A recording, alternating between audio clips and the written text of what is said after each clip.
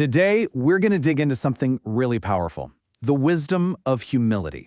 And believe it or not, our guide for this whole thing is a turtle. A turtle sitting somewhere it absolutely shouldn't be. All right, let's just jump right in with a question. I want you to picture this for a second. You're walking along and you see a turtle just sitting on top of a fence post. What's the first thing you're going to think?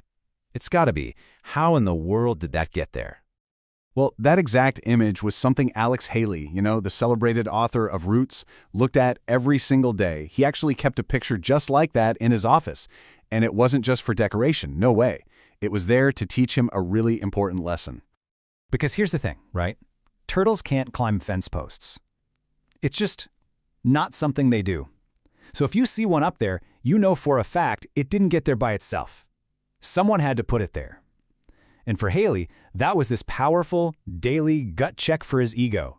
A reminder that, hey, none of us get to where we are completely on our own. Okay, so that's a great story. But why do we even need a reminder like that?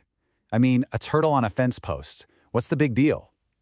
Well, it's because there's something really deep inside all of us, a kind of hunger that can get a little out of control. Look, we all want to be recognized for what we do, right? That's totally normal. But the problem is, as we start to succeed, that desire for a pat on the back can turn into something else. It can become this belief that we're somehow superior to other people. The source we're looking at calls this elite consciousness. And that right there is where pride really starts to take root. And this is where you can really see the two paths diverge. On one side, you've got pride. Pride is all about me, me, me.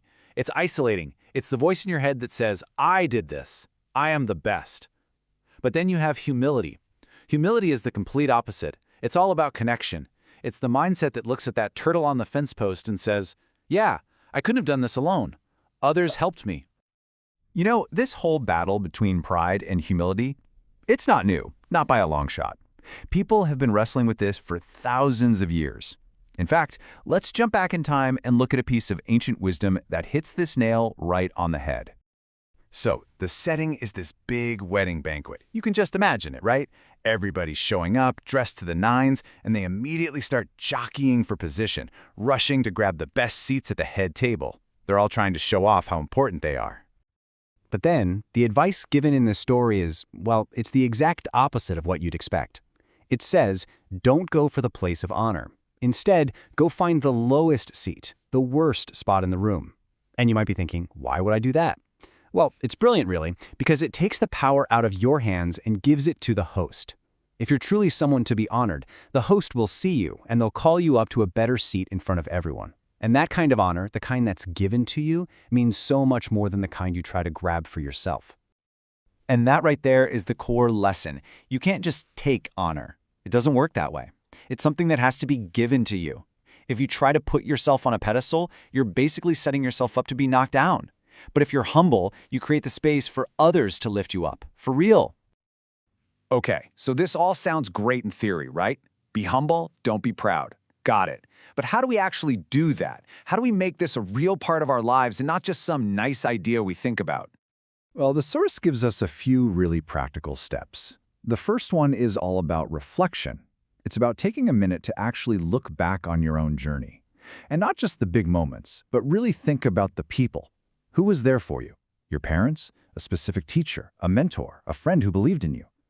When you start listing them out, it becomes so obvious that you didn't do it alone. It's impossible. But here's where it gets tricky. There's a huge trap we all need to watch out for. And that's the sound of the crowd. When you start doing well, people are going to praise you. You're going to hear it all the time.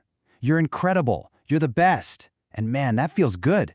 It's a really, really powerful temptation to start believing it. Because the moment you start thinking you're the sole genius behind your own success, you start writing everybody else out of your story. You forget about all those people who helped you, the ones who put you on that fence post in the first place. The source even points out that Jesus faced this. After a miracle, the crowd literally tried to make him king by force. And what did he do? He just walked away. He knew how dangerous that kind of praise could be. Okay, let's wrap this up and bring it all back home. So we're right back to where we started, that turtle on the fence post.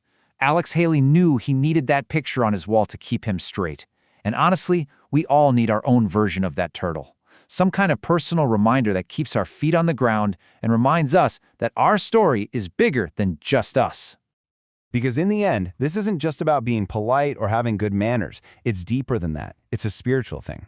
This verse here from Isaiah basically says that being humble, having a lowly spirit, is what actually connects us to the divine.